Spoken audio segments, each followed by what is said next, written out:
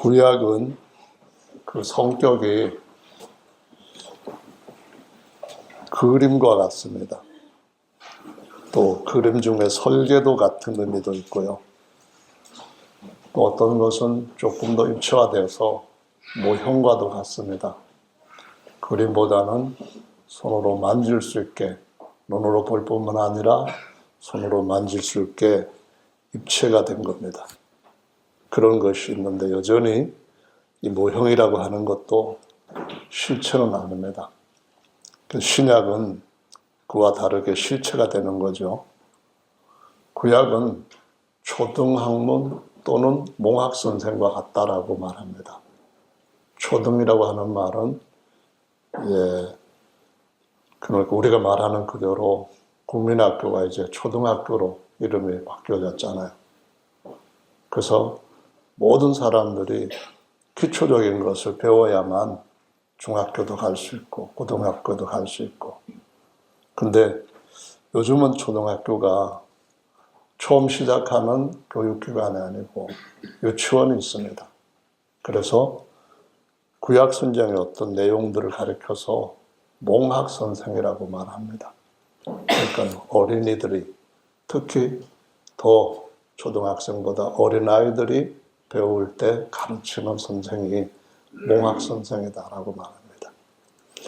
이런 것들을 제대로 닦아야, 그래야 그 몽학선생이 아닌 중학, 고등학, 대학, 여기에서 배우는 과정을 이제 제대로 이해를 하고, 그 다음에는 대학 졸업하면은 그 분야에 대해서 전문적으로 연구를 할 수가 있게 되고 전문가가 될 수 있습니다. 근데 기초가 안 돼 있으면은 전혀 될 수가 없거든요. 마찬가지로 우리가 성경을 통하여서 신앙을 계속 자라가게 하는 과정에서도 이 기초가 안 돼 있으면은, 그러면은 말씀을 들을 때 흥미를 느끼지 못합니다. 지루하지요. 머리가 지글지글해가지고 열받지요. 빨리 끝나고 오늘도 점심 빨리 먹고 시간 때우고 가야겠는데 아유 왜 이렇게 시간이 안 가지 하면서 자꾸 시계를 보죠. 항상 이렇게 하니까 올 때마다 이것은 내가 인내도 신앙에 포함되어 있는 거다. 주님이 끝까지 견디는 자는 구원을 얻으리라 하셨으니까 견디자, 인내하자. 인내하는 자에게는 나중에 단 것이 온다. 고진감래라고 하는 말도 세상에서 맞더라. 이렇게 해서 그냥 뭔 소리인지를 모르고 그냥 그 자리에서 버티기만 합니다. 끝까지 내가 얼마만큼 인내심을 갖고 있냐, 여기에 대한 단련을 매주 받아가고 1년, 2년 받아가고 그러다 보면은 이게 신앙인지 아니면은 어떤 고행을 통하여서 수도를 또 다른 방법으로 닦는 것인지 이해가 안 갈 때가 있습니다. 근데 이 모든 문제를 다시 조용히 근본적인 원인이 무엇인가를 살펴보면은 기초가 항상 가장 문제일 때가 많습니다. 그럴 때 이해가 돼야 믿죠. 이해가 안 되는데 어떻게 믿습니까? 자꾸 어려운 것만 얘기한다? 이렇게 자꾸 느껴지는 가장 중요한 것은 쉬운 것을 이해를 했느냐 하는 질문을 스스로 해볼 때 이게 좀 부족하니까 그럴 수 있겠다. 그럼 내가 기초부터 다시 시작하자. 이런 마음으로 돌아와야 되는데 살다 보면은 일주일에 한 번 교회 오는데 그런 생각할 여유조차 사실상은 쉽게 갖기가 힘들잖아요. 그러니까 신앙생활이 20년, 30년이 되어도 어떤 성경 지식이라든가 자신을 말씀에다 재미를 붙이고 이건 말씀이 먹는 영적 양식이라고 했는데 진짜 맛있네 하는 이런 맛을 모르기 때문에 가끔 가다가 목사님이 하는 소리가 너희가 개 맛을 알아? 이러는 말처럼 성경 맛을 왜 이렇게 맛을 모르고 억지로 듣고 난 데도 소화 안 되니까 화장실 가기에 바쁩니까? 이렇게 핀잔도 듣고 하는데 직접 대놓고는 할 수가 없는 관계 아니에요. 그러니까 여러분 고생도 참 많이 하시는데 가장 중요한 문제는 가르치는 사람의 지혜가 없기 때문에, 그래서 이와 같은 일이 일어날 수 있다고 하는 것이 말씀드리는 고백에서도 분명하게 목사의 문제입니다. 그래서 오늘은 여러분한테 그 이해를 돕기 위한, 기초를 더 다지기 위한 질문 방식으로 일단 관심을 끌고 답을 하는 과정에서 속에서 조금 생각을 여유 있게 갖고 답을 제대로 못해서 핀잔받은 일은 없을 테니까 질문 방식으로 여러분의 신앙 기초를 돕도록 하겠습니다. 그래서 어떤 질문을 할지 여러분들이 아시는 것은 좋겠는데요. 오늘 본문 말씀이 예언약과 신약의 과도기 문제입니다. 아주 정말 정점에 있는 과도기입니다. 구약에서 신약으로 넘어가는 건데, 다른 말로 하면은 구약이 신약한테 바톤을 넘겨주는 겁니다. 그러니까 구약과 신약이 어떻게 되는가 하는 것을 여기서부터 정립을 해야 되는 거예요. 이걸 못하다 보니까 오늘날 너무나 많은 개신교의 사람들 99.9%가 이 말씀을 가지고 여기에 세 분 하나님이 등장하신다라는 말을 합니다. 하늘에서 이는 내 사랑하는 아들이요 하니까 이건 아버지 하나님. 성령이 예수님의 머리 위에 비둘기같이 딱 임하니까 성령 하나님. 물속에 침례받고 계시는 분은 예수님이시고 아들이니까 아들 하나님, 성자 하나님. 성부, 성자, 성령 세 분이 모였다. 이거를 99.9% 개신교가 그런 얘기를 합니다. 그런 소리를 하는데 기초를 알면은 제일 먼저 그런 생각을 안 하게 되는데요. 가장 기초, 성경 모든 말씀보다도 먼저 기록된 말씀이 있습니다. 그게 뭐냐? 하나님이 십계명을 기록해 주신 거예요. 그 십계명이 어디에 기록되느냐? 하나님이 돌판에다가 친히 기록해 주신 거예요. 그러고 난 뒤에 모세가 창세기부터 신명기 쓰고 그 근거로 해서 구약 성경을 선지자들이 말씀을 받아서 기록해서, 그래서 구약 39권 모두가 하나님께서 돌판에 기록해 주신 이 말씀에서부터 쫙 퍼져나온 거예요. 그럼 하나님의 말씀 제일 첫 번째 제1계명 뭐라고 되어 있습니까? 나는 애굽에서 너희를 인도하여 낸 너희의 엘로힘 야훼로라. 너희는 나 야훼 외에 다른 신을 있게 하지 말지니라. 이렇게 나왔어요. 이 기초 중에 기초, 초등학생이 아니라 유치원 선생한테 배워야 되는 가장 중요하면서도 변함없는 기초. 이게 뭡니까? 한 분 하나님 야훼예요. 그분이 신약에서 진짜 완전한 구원자로 오셨다. 그것이 구약과 신약으로 바톤 터치하면서 넘어가는 이야기거든요. 그래서 이런 부분을 모르게 되면은 그 중요한 것도 전혀 이걸 의도적이지 않지만은 무시하니까 그렇게 오해를 하고 곡해를 하게 되는 거거든요. 그럼 여러분들은 어떻게 될까요? 기초를 잘 놓으시면은 복 받는 줄로 믿으시기 바랍니다. 율법을 아주 당시에 사도 바울보다도, 예수님 믿기 전에 사도 바울보다도 더 잘 믿었던, 잘 알았던 학자가 있습니다. 대학자인데 사도행전 18장에 보면은 아볼로라고 하는 사람인데 유대인으로서 알렉산드리아에서 아주 유명한 학자로 활동을 해서 제자들한테 구약 성경만 가지고 예수님이 바로 어떤 분이다 하는 걸 증거하면서 항상 열심히 제자들을 가르쳤습니다. 그런데 그 회당에 브리스길라와 아굴라라고 하는 부부가 하나님 앞에 말씀을 받았기 때문에 먼저 친구에게 주는 것이 합당하다. 더 가까운 사람한테 주는 것이 합당하다. 그래서 회당에 같이 참여를 해서 아볼로가 강해라는 걸 가만히 들어보니까 예수님에 대해서는 잘 설명을 하는 것 같은데, 그런데 예수님과 하나님 백성 사이에 맺어진 새로운 언약이 이 과도기를 거쳐서 이제는 새 언약이 선포되고 있는데도 불구하고 그 언약에 대한 내용들을 잘 모르니까 브리스길라 이 아줌마가 대학자를 자기 집에 불러다가 그 자세히 가르쳐서 이 아볼로가 고린도 교회를 바울과 같이 단단하게 세우는 사역자로 유명한 일을 하게 되는 성경의 이름으로 등장하는 걸 볼 수가 있습니다. 근데 이 브리스길라라고 하는 아주머니가 직업이 뭐냐 하면은 학자가 아니었습니다. 그 남편은 천막을 만들어가지고 파는 사람이었어요. 그리고 이 아주머니는 그냥 가사를 돕기도 하고 남편 일에 뒤치다거리 좀 하고 그랬겠죠. 그러한 여인이 대학자를 가르칠 수 있었다.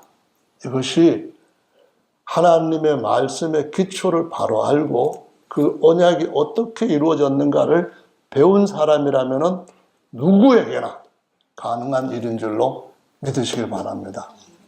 예수 이름 침례교회가 그런 교회가 된다면 정말 하나님이 기뻐하시고 또한 전 세계에 아주 귀한 일꾼들로 사용하실 줄로 믿습니다. 아멘. 자, 그래서 그럼 첫 번째 질문부터 여러분한테 한번 드려보겠습니다.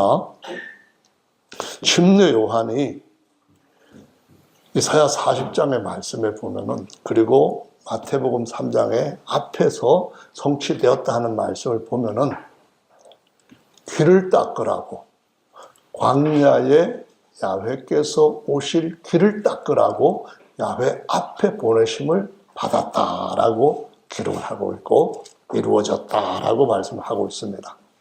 그러면은 침례 요한이 제일 먼저 선포했던 메시지, 하나님으로부터 받아가지고 전했던 하나님의 말씀 핵심 뭘까요? 뭐죠? 와, 정말 그 얘기를 들으니까 여러분 존경스럽습니다. 성경 말씀에 보면은 침례 요한이 회개하라고 하면서 회개의 그 침례를 전파했다.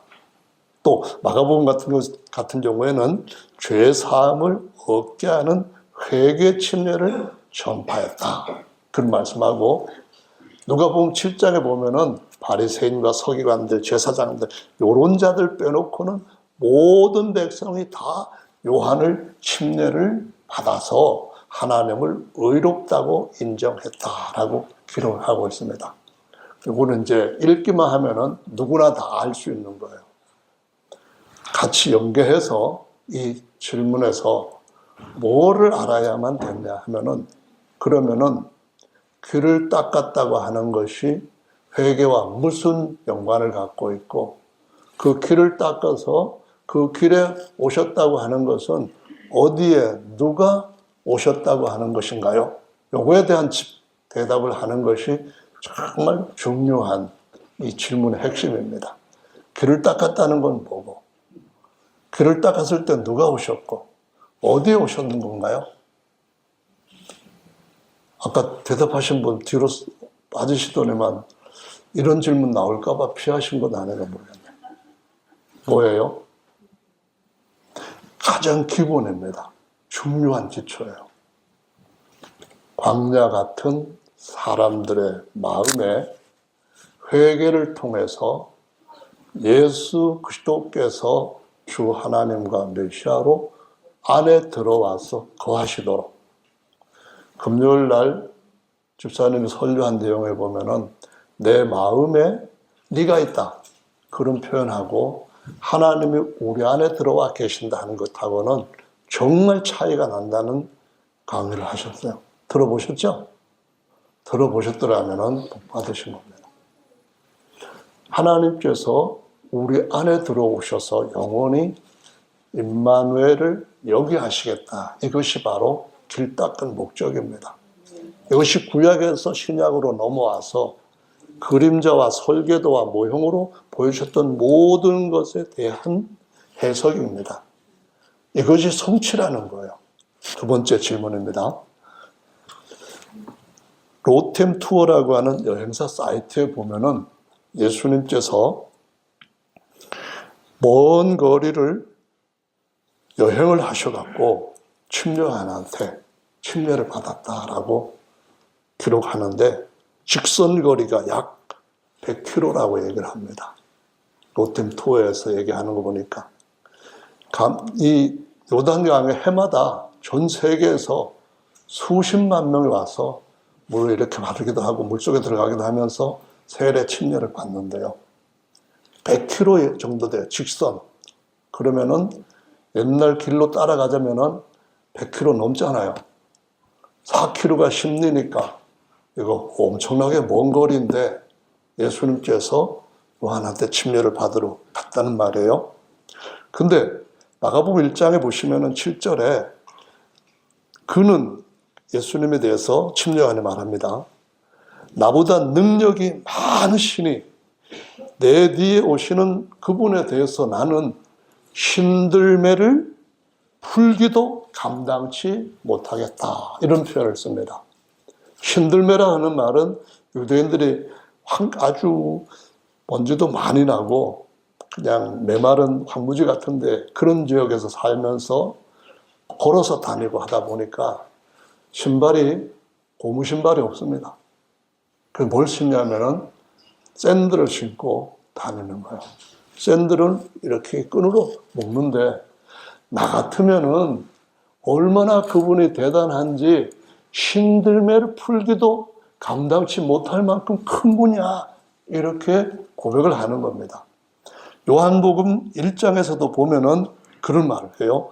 1장 30절에 보니까 내가 전에 말하기를 내 뒤에 오는 분이 있는데 사람이 있는데 나보다 앞선 것은 그가 나보다 먼저 계심이라 한 것이 이 사람을 가르칩니다. 이렇게 말합니다. 내게 침례를 주라고 보내신 하나님께서 내게 말씀하시기를 너는 물로 과도기에서 넘어가는 영적인 것에 마지막 침례를 주지만은 그는 성령으로 사람들한테 침례 주시는 분이시다. 이렇게 소개를 했답니다. 그것을 마가복음에도 똑같이 기록으로 분명하게 나타나고 있어요. 이렇게 대단한 분인데 침례 요한이 정말로 하나님 앞에 본어심을 받은 사람이고 예수님이 그렇게 큰 분이라고 믿는다면은 자기가 찾아가야 되잖아요? 안 그래요? 아니면 중간쯤 만나자고 그렇게 하든가. 그런데 침례를 주면서 그 예수님께서 한 120km, 150km 걸어오시도록 해가지고 그때 침례를 줍니다. 침례 받겠다고 예수님이 말씀하시니까 아니 제가 당신한테 침례를 받아야 될 사람인데 어찌 저한테 침례를 달라고 하십니까? 하면서 아유 안 돼요 이렇게까지 사양하잖아요. 그런 사람이 그런 분한테 어떻게 침례를 받으러 쭉 오실 때까지 기다렸을까? 왜 그랬을까요, 여러분? 생각해 보셨어요? 오늘 본 말씀에 보시면은 이런 말씀이 있습니다. 우리가 이와 같이 하여 모든 의를 이루는 것이 합당하니라 라고 말씀을 하고 있습니다. 여러분 믿으십니까? 이렇게 해야 의를 이룬다는 거예요. 구약의 율법의 의를 순종을 통해서 이루지만 이렇게 하면은 그 율법에 의해서부터 다른 의로움으로 넘어가서 그 의로움을 얻을 수 있는 길이 열린다는 거거든요. 무슨 의로움일까요? 율법의 의가 아니라 하나님의 의, 하나님이 오르신 것만큼 옳게 되는 하나님의 의를 그 사람한테 딱 갖다가 주겠다는 말씀이에요. 이해하시겠죠? 그래서 율법의 의를 이루는 것이 합당하다 그랬는데 그러면은 이 말씀에서 우리는 무엇을 깨달아야 되느냐? 이게 이제 이 질문의 가장 중요한 거예요. 첫 번째 질문하고 연관관계가 있어요. 그게 뭐냐 하면은 바로 하나님이 오실 길을 닦았다. 이 말씀을 같이 이제 두 번째 한 발자국 더 가서 생각을 하셔야 되는 거예요.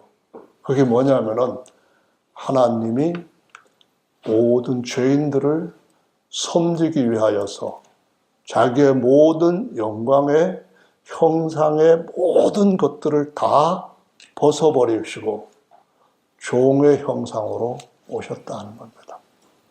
누가요? 천지 만물을 지으시고 보이지 않는 그분이 자신이 낳은 천지 만물보다 먼저 낳으신 자신의 아들 그 형상을 낮고 천하고 천한 모습으로 보내셨는데 왜 보내셨다고요? 하나님이 그 아들 안에서 오셨는데 왜 오셨다고요? 저와 여러분들을 섬기기 위해서 오신 겁니다. 가장 높은 곳에서 가장 낮은 데 있는 모든 죽어가는 죄인들을 살리시고 가장 높은 호산나 높이시기 위해서 오셨다. 그런 말씀이에요. 그게 중요한 거예요.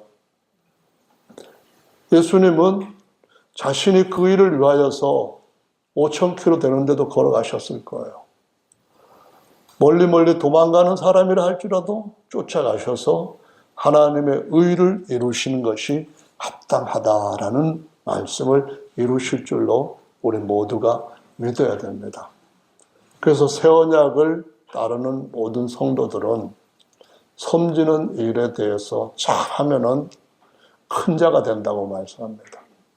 큰 자가 됐으면은 괜히 권세나 능력 가지고 장난치지 말고 끝까지 더 낮은 사람들을 섬겨야 주님 앞에 영원히 그 자리를 유업으로 얻을 수 있다라고 말씀하시는 겁니다.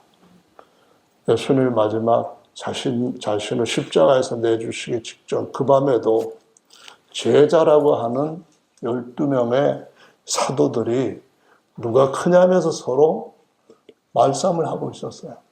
베드로가 크냐 요한이 크냐, 크면 누가 그럼 그 다음이냐, 이런 생각들을 하고 있었기 때문에 주님께서 내가 선생이며 너희들의 주이지만은 나는 섬김을 받으러 온 게 아니고 모든 사람을 섬기러 왔다면서 너희가 이걸 알고 나를 따라 행하면은 복이 있을 것이다 하시면서 옷을 벗고 종처럼 수건을 두르시고 물을 떠다가 제자들 앞에 놓고 무릎을 꿇고 발을 다 씻기신 것을 볼 수가 있습니다. 그래서 예수님께서 그 먼 거리를 침례요한한테 침례를 받으러 오신 거예요. 그럴 수 없는 분이잖아요. 침례요한도 절대로 못합니다. 그런 얘기를 했던 것처럼 베드로도 주여 주께서 제 발을 씻기십니까? 절대로 그거는 제가 용납 못합니다. 안 돼요. 안 된다니까요. 하면서 계속 물었을 때 예수님이 말씀하십니다. 내가 너를 섬기지 않으면은 너는 나와 아무 상관이 없다는 말씀합니다. 주님이 섬겨주지 않았다면 저와 여러분은 이 자리에 있을 수 있는 사람들이 아닙니다. 그리고 지금도 주님은 그 일을 하십니다. 우리 그 오전 경건 예배 때 그런 얘기를 했는데요. 전에 웃기는 그 개그 거기에 콘서트인가 뭐 보니까 누가 아버지 뭐 하시노 그러더라고요. 고등학교인데 대구인가 봐요, 학교가. 그 학생들 불러놓고 그랬는데 우리 아버지 뭐 하십니다 대답을 했는데 직종이 하도 많다 보니까 선생님이 알아듣기에는 그게 이상한 직종인 거예요. 그래갖고 학생 볼때기를 잡고 야 이놈의 자수가 누가 아버지 그렇게 고생하면서 네 공부시켜 잘되게 하려고 하는데 너는 그따위 점수밖에 못 만나? 그래서 막 때리고 그러는 얘기 있는데 한참 웃었어요. 왜 웃었냐 하면은 하나님이 우리 아버지신데 유대인들이 예수님한테 물어봅니다. 당신의 아버지, 하나님이 네 아버지라 했는데 그럼 네 아버지가 뭐 하냐? 그런 얘기를 할 때 아버지께서 지금 안식일에도 모든 사람들을 구덩이에서 건지기 위해서 일하신다 이 말씀합니다. 그 말은 쉬시지 않고 섬기신다 그 뜻입니다. 안식일날 하나님이 쉬신다고 생각하고 있는 사람들은 옛 창조는 마쳤기 때문에 쉬시지만 그림 다 그렸으면은 그 그림에 맞게 새 언약을 이루셔야 될 거 아닙니까? 그걸 모르면서 지금도 구약에 있는 명절 지키겠다니 뭐 하는 사람들이 우리는 하나님 말씀 진짜로 말씀대로 잘 지킨다는데 개뿔입니다. 성경에 기록된 말씀을 모르면서 헌신하면서 찬송가도 그런 식으로 해가지고 지어내가지고 부르는 거를 할 때는 가사는 멜로디는 재미있지만 가사는 참 불편할 때가 있습니다. 하나님의 말씀을 바로 알고 하나님께서 우리에게 주시는 은혜가 어떤 것인지를 맛보아 알아가면서 자라가는 우리 모두가 되면 정말 좋겠습니다. 할렐루야. 세 번째 질문입니다. 구약 성경에 천국이라고 하는 말이 몇 번 나올까요? 구약 성경에 천국이라고 하는 단어가 몇 번 나올까요? 뭐 그냥 딱 몇 번 이렇게 하면 어려우니까 제가 답을 드려서 선택을 하도록 하겠습니다. 첫째로는 100번 미만, 두 번째로는 500번 미만, 세 번째로는 세어봐야 알지, 네 번째로는 0번. 4개 중에 어딜까요? 참 질문을 잘못하고 답을 잘못했었습니다. 구약 성경에는 천국이라는 말이 한 번도 나오지를 않습니다. 왜 그럴까요? 구약은 땅에 속한 법이고 하나님이 사람을 지으셔서 종으로 대하던 법입니다. 이스마엘이 아브라함한테 아들이기도 하지만 종인 것처럼 선민이기도 하지만 아직까지 하나님의 모든 것을 물려받을 후사가 될 수 있는 참 아들은 아닌 것이고 하늘에 속한 계획을 보여준 것인데 그림이기 때문에 보여줄 때 땅의 것 가지고 보여줬기 때문에 그래서 구약에서는 천국에 대한 건 안 나오고 하나님의 백성들의 나라를 하나님께서 통치하신다 해서 하나님의 자기 백성들을 이렇게 하셨다 하면서 하나님은 왕이다 이런 설명을 합니다. 다음 질문은 더 쉬운 겁니다. 그러면은 성경에 하나님 나라 또는 하나님의 나라는 몇 번 나올까요? 구약 성경이나 신약 성경이나 하나님 나라 또는 하나님의 나라 보면은 하나님 나라, 하나님의 나라 이 말은 구약에는 한 번도 안 나오지만 신약 성경에는 68번 나오는데 마태복음에만 다시 아까 그 하나님 나라에 대한 것부터 마태복음의 얘기를 하고 가야 되겠는데요. 천국이라고 하는 단어가 신약 성경에만 나오는데 37번 나와요. 아니 37번이 아니라 마태복음에 37번, 디모데 후서에 4장 18절에 한 번, 그래서 38번이 나오고요. 마가, 누가, 요한복음에는 천국이라고 표현된 그런 단어는 안 나와요. 반면에 하나님 나라는 또는 하나님의 나라는 68번 나오는데 신약에만 나와요. 마태복음에는 4번이나 하나님 나라가 나오고 마가복음 14번, 누가복음 32번, 요한복음 2번 이렇게 사도행전 7번, 바울 서신 9번 그래서 하나님의 나라는 골고루 나와요. 그럼 이 두 나라의 차이점이 뭐냐? 이게 이제 질문의 핵심입니다. 퀴즈 대회 같은데요. 하나님 나라와 천국의 차이점이 뭘까요?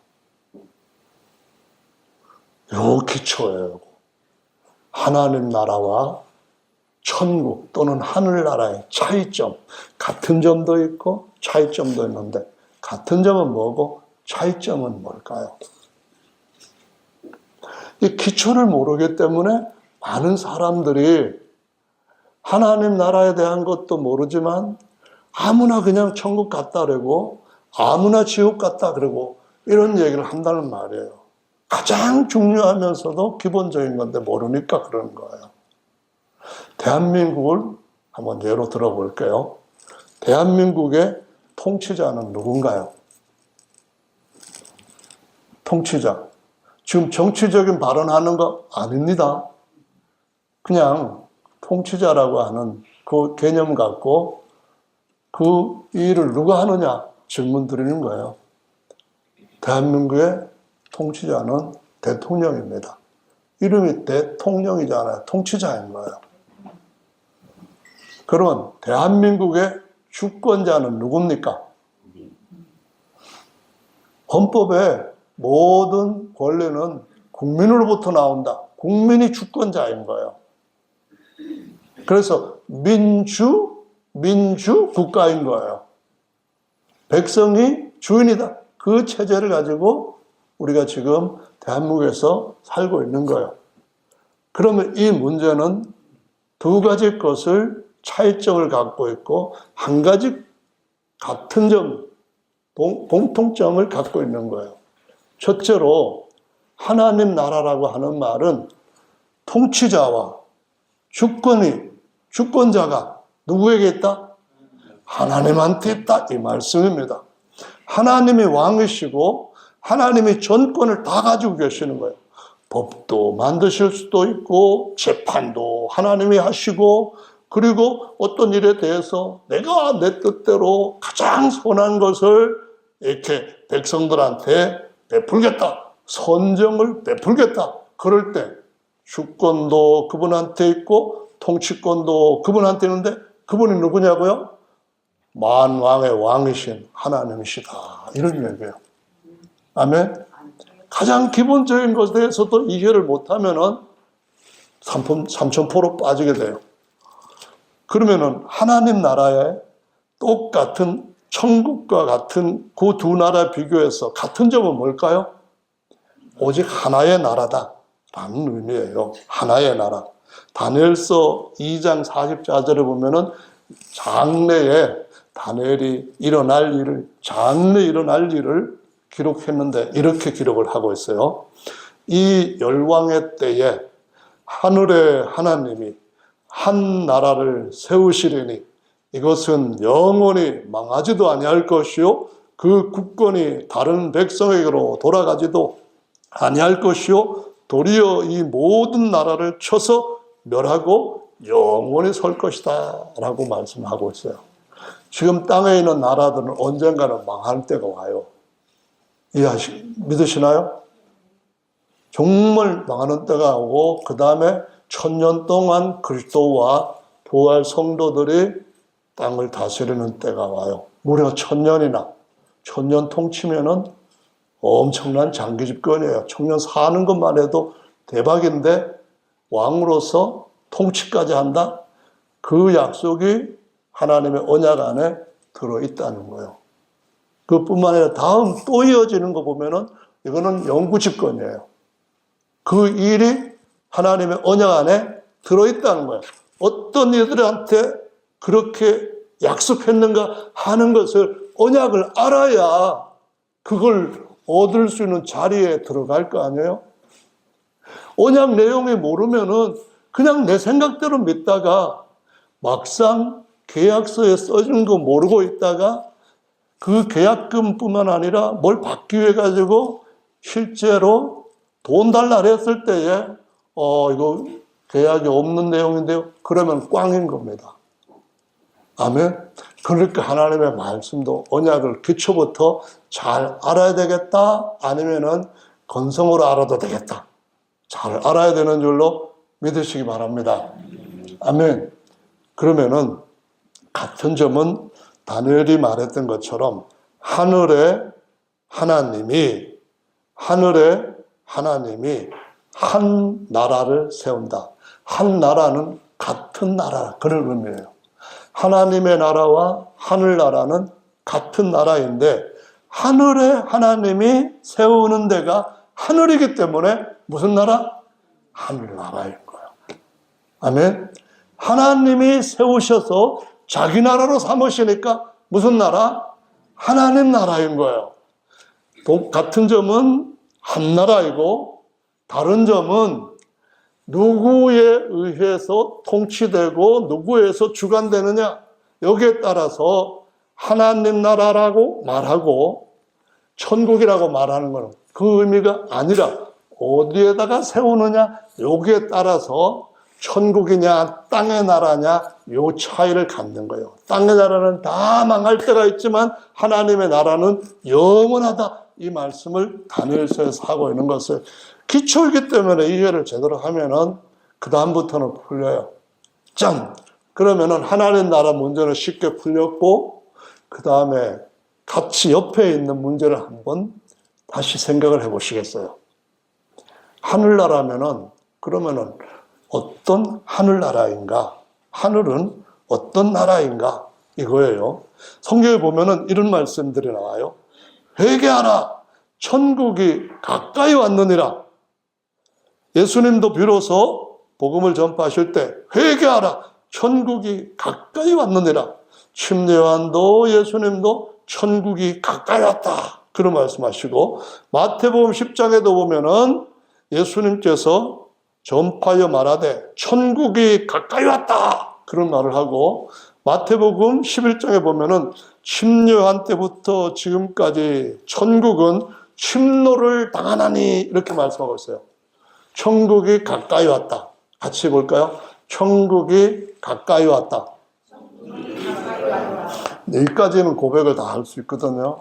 그러면은 천국은 높고 높고 높고 멀고 멀고 먼 어느 곳에 세워진 나라인가, 아니면은 그 나라가 아닌 하늘나라인가, 이 문제를 이해를 제대로 해야 되는 거예요.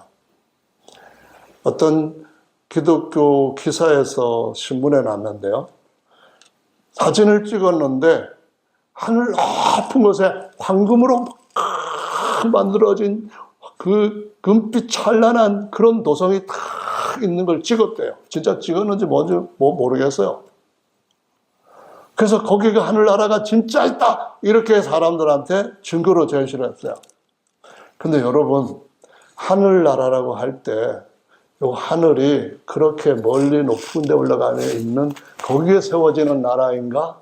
아니면은 하늘이 한 가지만 있는 게 아니고 꼭 몇 가지가 있는 거기 어디에나 다 있는 그런 나라냐? 그것도 아니고, 하나님께서 하늘나라라고 할 때 어느 하늘에 계시는 하나님이라고 말씀하시는 그 하늘이 어떤 하늘인가 하는 것을 이해를 해야 된다라는 말씀이에요.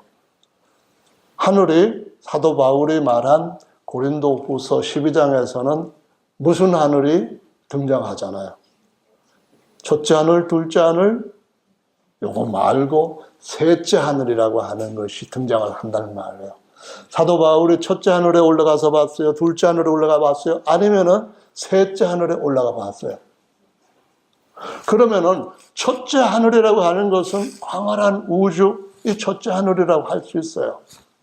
하나님께서 모든 것을 지으셨기 때문에 있다라고 우리는 다 믿어요. 기본적으로 어떤 기독교든지 그걸 믿어요. 하나님이 지으시기 전에는 아무것도 없다. 그리고 또 하나는 하나님이 낳으신 것이 있다. 이렇게 다 믿어요.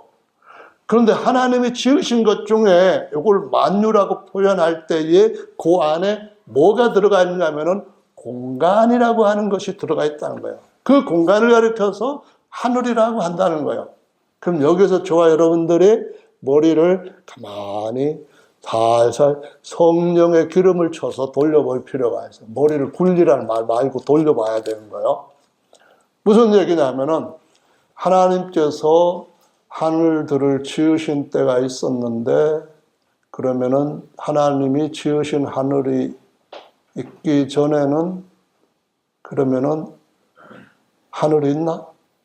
이런 생각을 해야 되는 거예요. 분류를 한다면은 지으신 하늘들이 있는데 창세기보다 먼저 욥기 38장 말씀을 보면은 천사들을 먼저 지으신 사건이 기록되어 있으니까 천사들이 있는 하늘이 있겠네? 이렇게 나와야 되는 거고, 두 번째로는 천사들이 창세기 1장에 천지창조를 하시는 하나님의 역사를 보고 다 기쁘게 노래했다고 하는데, 그러면은 우리가 지금 알고 있는 저 우주 광활한 수많은 별들이 쫙 널려있는 그 하늘도 있네? 그러면 적어도 하늘이 몇 가지가 규명이 된 거예요. 첫째 하늘 규명, 둘째 하늘 규명이 된 거예요. 아멘. 사람들이 바라볼 수 있는 그러한 광활한 우주, 코스모스라고 하는 우주라고 하는 하늘, 사람들 입장에 보면 이걸 갖다가 첫 번째 하늘, 두 번째는 아담을 지으시기 전부터 가브리엘이라든가 미가엘이라든가 이런 천사들, 대천사장을 지은, 그래서 그것들이 있게 하신 영역, 그 하늘도 사탄 최고의 천사장이었던 그 흔히 루시퍼라고 하는 자라고 하는데, 일단 그렇게 해봅시다. 그 자가 높은 하늘에 올라가지고 자기가 지극히 높은 자와 비교했다, 이런 생각을 했다는 거예요, 반역할 때. 그럼 지금 있는 자리에서 더 높은 하늘에 올라가려고 했으니까 이걸 뭘 우리가 이해할 수 있는 거예요? 천사들이 존재한 그 하늘 말고 더 높은 하늘에 있는 거구나, 이해를 할 수가 있는 거잖아요. 그럼 머리가 굴려져요? 머리가 성령의 기름에서 지금 돌아가고 이해가 되세요? 아멘? 그러면은 하나님이 지으신 것이 아니라 하늘에 계시는 하나님의 영역, 이렇게 결론이 날 수가 있는 거예요. 하늘에 계시는 우리 아버지 할 때 하나님은 어디에나 다 계시지만 이런저런 하늘을 만들기 전부터 그 하늘에 계셨다, 그 말씀인 거예요. 이해하시겠죠? 만드신 것 중에는 공간도 있고 시간도 있는데 이런 것들이 만들어지기 전부터 하나님이 계시는 하늘에 계시는 하나님, 더 사단 마귀가 더 높이 올라가겠다는 하늘, 그 하늘이 있다고 말하는 거예요. 하늘이 있다라고 인정할 수 있는 거예요. 그래서 그 하늘을 그러면 뭐라고 할까? 모든 것을 초월하는 하나님이 계시는 영역의 하늘, 곧 첫째 하늘, 둘째 하늘, 그 다음 하늘은 셋째 하늘, 이렇게 규정을 할 수가 있는 거예요. 그럼 여기까지 와서 하나님이 그분의 나라를 세우실 때 어디다가 세우느냐? 하늘에 계시는 하나님이 여기 다니엘서 말씀처럼 어디다 세우시겠어요? 하늘에다 세우시는 거죠. 아멘? 그럼 하늘에다 하나님이 나라를 세우시면 어떨까? 땅에 있는 나라와 똑같을 것이다 생각하면 착각인 거예요. 이해하시겠죠? 천국에 가봤다 하면서 거기 가보니까 가스레인지도 있고 마음의 생각만 해도 쫙 문이 열려가지고 쫙 소리 없이 그냥 순식간에 올라가는 금으로 도장했던 엘리베이터도 있더라. 전부 다 헛소리 하는 거예요. 그런데 기독교의 90% 이상의 사람들이 그런 걸 믿고 그냥 그렇게 나도 그런 데 가고 싶어. 어떻게 하지? 믿기만 하면 갈 수 있어. 이런 성경에 없는 말에, 감언 이설에 속아가지고 빠져 있는 거예요. 저와 여러분들이 여기에서 신앙생활을 하는 가장 중요한 이유는 뭔가요? 여기 아니라 어디서든 간에 우리가 소망하는 우리 신앙에서 가장 근본적인 기초는 뭔가요? 말씀대로입니다. 일시적으로 나 기분 좋게 마약 먹은 것처럼 좋아하는 그거 믿고 따라가다가 영원히 망하지 않고 하나님의 말씀에 딱 맞게 하나님께서 계획하신 그 자리에 앉는 것, 거기서 영원히 하나님이 주신 기업을 누리는 것, 이것이 바로 하나님께서 우리에게 올바른 믿음의 기초이고, 그렇게 성경을 상고하고 그렇게 주야로 하나님의 말씀을 묵상하는 자들을 복이 있다라고 가르쳐 주시는 거예요. 믿습니까? 그래서 성경을 살펴봐야 되는 거예요. 베레아 사람들이 데살로니가 사람보다 더 신사적이라고 할 때 하나님의 말씀을 첫째, 간절히 사모함. 둘째, 귀를 탁 열고 마음을 열고 듣고, 세 번째, 뭘 해야 된다고요?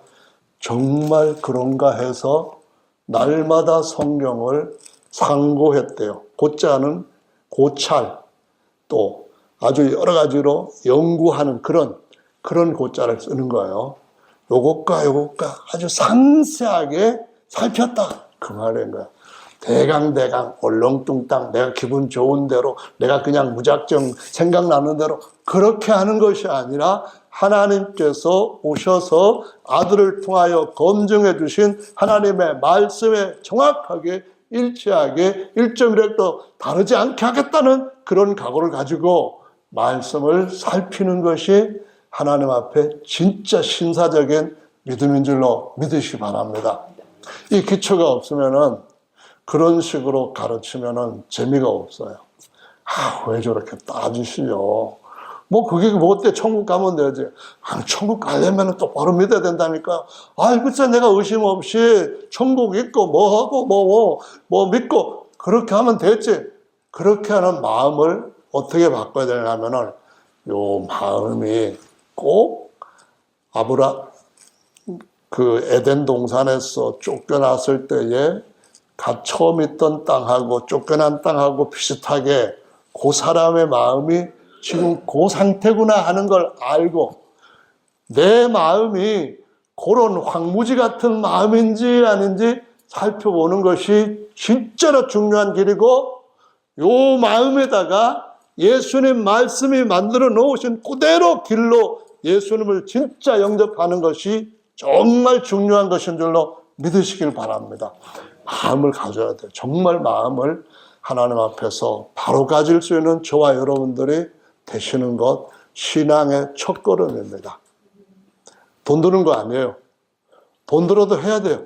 가장 중요한 첫걸음을 해야 되는데 그러면은 하늘의 나라는 어떻게 이해할 수 있을지 그 다음에 두 번째 발걸음이 바로 그러면은 나라를 이해하기 전에 나라가 생기려면은 집들이 많이 생겨야 되는 것 아니냐. 그렇지. 그러면은 하늘의 집이라고 하는 것은 뭘까? 여기서부터 다시 찾아 들어가는 거예요. 성경을 상고해 보는 거예요. 하늘의 집은 어디에 있을까요? 하나님 아버지의 집은 어디에 있을까요? 우리가 가야 할 아버지가 계신 아들들이 함께 모이게 될 고향집은 어디에 어떤 집으로 있을까요? 이걸 생각을 해서 거기에 쫙 가야 됩니다. 구약에 보면은 성전이 전 세계에 딱 한 군데밖에 없었어요. 유대인들의 성전 파괴되고 전 세계로 흩어지고 난 뒤에 사방에 유대인들이 많이 살았거든요. 사방에다가 성전 세울 수도 재정적으로는 얼마든지 이 사람들 머리 좋아 돈 잘 벌니까 세울 수 있었어요.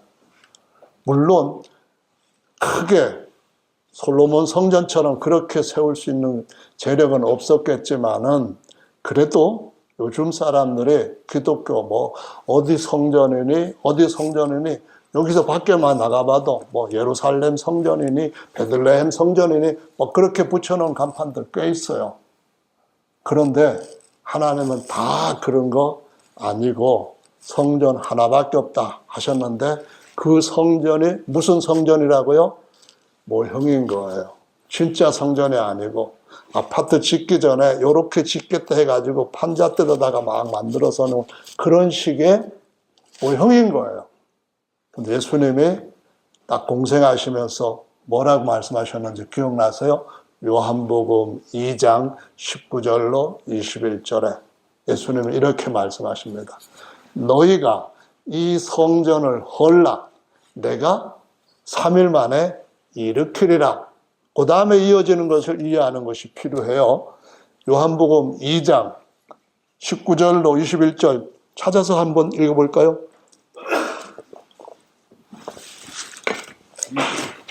시작.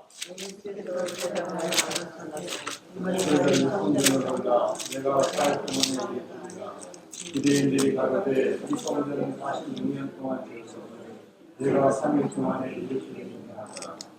그러나 예수님은 성전된 자기 육체를 가리켜 말씀하신 것이라.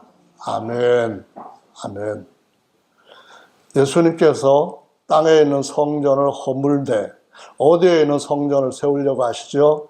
하늘로 올라가셔갖고 시편의 118편에 보면은 건축자들의 버린 돌을 하나님께서 자기가 영원히 진짜 안식할 수 있는 성전에 머릿돌과 모퉁이 돌로 삼으셨는데 우리들의 눈으로 보기에 희한하다, 정말 기이하다, 요 말씀을 하시는 것이 이루어졌다라고 말씀합니다. 요거를 이해하지 못하니까 사람들이 뭔 일을 하는 거예요? 성전 건축하기 위해서 성전 헌금, 하나님 앞에 성전 건축, 서원 헌금 막 그런 얘기 하잖아요. 그럼 사람들이 그 말을 듣고 모르니까 뭐 어떻게 해요? 내 집을 팔아서라도 하나님의 집을 세워야지. 구약의 하나님의 집 성막은 그렇게 조그만했다는데 나는 이렇게 넓은 데 살면은 하나님 앞에 진짜 책망받고 천국 못 갈 거야. 그러니까 집을 내가 팔고 내 파는 돈에 적어도 10분의 1이라도 하나님 앞에 들어야지 하나님 성전 세우는데 이런 생각들을 하잖아요. 여기서 제가 꼭은 아니지만 짚고 넘어갈 것은 우리 예배당 옮기는데 헌금 많이 하라 그 말씀은 아닐 뿐만 아니라 헌금하지 말라 그 말씀도 아닌 줄을 이해하시기 바랍니다. 성전과 땅에 있는 사람들이 만든 예배당과 구약의 모형의 성전은 다 차이가 많이 나는 다른 겁니다. 아멘. 하나님의 집은 뭐라고요? 예수님께서 하나님께로부터 태어나셔서 부활한 몸으로 하늘의 성전의 머릿돌이 되셨어요. 머릿돌이라는 말은 다른 돌들을 갖다 옆에다가 계속 붙여가지고 온전한 성전을 짓기 위해서 첫 번째 놓은 돌이라는 거예요. 근데 이 돌이 모퉁이 돌이라고도 성경에 몇 번이나 나온다는 말이죠. 모퉁이는 뭐예요? 이 코너에다가 놓은 돌이에요. 코너에다 놨다는 말은 뭐예요? 서로 벽끼리 연결하고 상합해가지고 쫙 전부 다 한 성전을 세우는데 붙이겠다 그 말씀인 거예요. 아멘. 옛 언약의 사람들도 부활시키시고 새 언약의 사람들도 부활시켜가지고 막힌 담을 허시고 하나로 연합해가지고 하나님이 세울 성전을 하나님께서 어린 양을 부활시키시고 부활한 어린 양을 머릿돌로 놓으셨다. 그래서 산돌이라고 말하는 거예요. 리빙 스톤이라고 말씀하시는 거예요. 코너 스톤이라고 말씀하시면서 붙이겠다라고 말씀하시는 거예요. 이거를 알고 집들이 모이면은 개념이 뭘로 커질 수 있냐면은 성이 될 수 있고, 성이 모이면은 뭐 예를 들어서 예루살렘 성과 아니면은 베들레헴 성과 또 아니면은 무슨 가이사랴 성과 이렇게 성들이 모이면은 뭐가 되는가 하면은 나라가 되는 개념의 확장이 일어나는 거예요. 똑같은 대상을 집이라고 볼 수도 있고 똑같은 대상을 성이라고도 볼 수 있고 똑같은 대상을 뭘로도 볼 수 있다고요? 나라라고도 볼 수 있다. 이 말씀을 하시는 거예요. 그럼 하나님의 나라가 뭐냐? 요거지 집이 무엇이냐 하는 것에서 연장선에서 이해를 하면은 명확하고 단순 명백하게 이해를 할 수가 있는 거예요. 그래서 누가복음의 말씀에 보면은 17장 이런 말씀하셔요. 근데 참 질문을 제가 지금 아직까지 10가지를 해야 되는데 설명을 많이 하다 보니까 세상에 5번째 지금 하고 있는 중입니다. 어쨌든 간에 그렇게 계속 하는 것보다는 여기까지만 공부하고 제 아내의 말을 지혜롭게 듣겠습니다. 누가복음 20장 말씀, 20장 20절, 21절 말씀, 17장 20절, 21절 말씀 찾으셨죠? 찾으셨죠? 시작. 바리새인들이 하나님의 나라가 어느 때 임하니까 묻건을 예수께서 대답하여 가라사대 하나님의 나라는 볼 수 있게 임하는 것이 아니요 또 여기 있다 저기 있다고도 못하리니 하나님의 나라는 너희 안에 있느니라. 하나님 나라와 같은 나라는 무슨 나라? 하나님 나라, 천국, 곧 하늘나라 같은 나라예요. 하나님 나라는 통치자가 하나님, 주권자도 하나님. 근데 그 나라는 땅에 있는 나라가 아니고 다윗의 나라가 아니고 하늘에 하나님 보좌에 왕자에 계셔서 왕으로 통치하시는 나라예요. 만왕의 왕이신 하나님라고 할 때 만왕들은 저와 여러분들이 땅에서 다스릴 나라예요. 그 만왕들의 왕이신 하나님이 다스릴 나라는 하늘의 한 나라예요. 이해하시겠죠? 아멘. 그래서 하나님께서 우리 말씀에 보면은 마태복음 16장에 이런 말씀을 예수님께서 하셨어요. 16장 15절에 보면은 너희는 나를 누구라고 하느냐 물어보거든요. 제자들한테. 제자들이 대답을 해요. 베드로가 대답을 하는데 주는 당신은 그 말이에요. 그리스도신데 살아계신 하나님의 아들 그리스도입니다. 이렇게 대답을 해요. 근데 거기 보면은 그 베드로한테 교회 세우시겠다 하면서 천국 열쇠를 주겠다는 말씀하셔요. 교회가 뭐냐? 마태복음 13장에 보면은 7가지가 쭉 나오는데 다 교회에 대한 얘기예요. 땅에 교회에 대한 얘기를 하면서 뭐라고 비유했냐면은 천국 비유라고 말씀하셔요. 교회는 그런 뭐냐? 이렇게 예배당을 교회라고 하지 않고 하나님께서 밖으로 불러 뽑아내어서 따로 거하게 한 무리. 그래서 에클레시아라고 하는 헬라어를 썼어요. 어디서 불러냈다고요? 첫째, 죄와 사망에서부터 불러내. 둘째, 어디서부터 불러냈다고요? 세상에서부터 불러내. 그러면은 불러내가지고 어디 떠돌아다니게 한 건가요?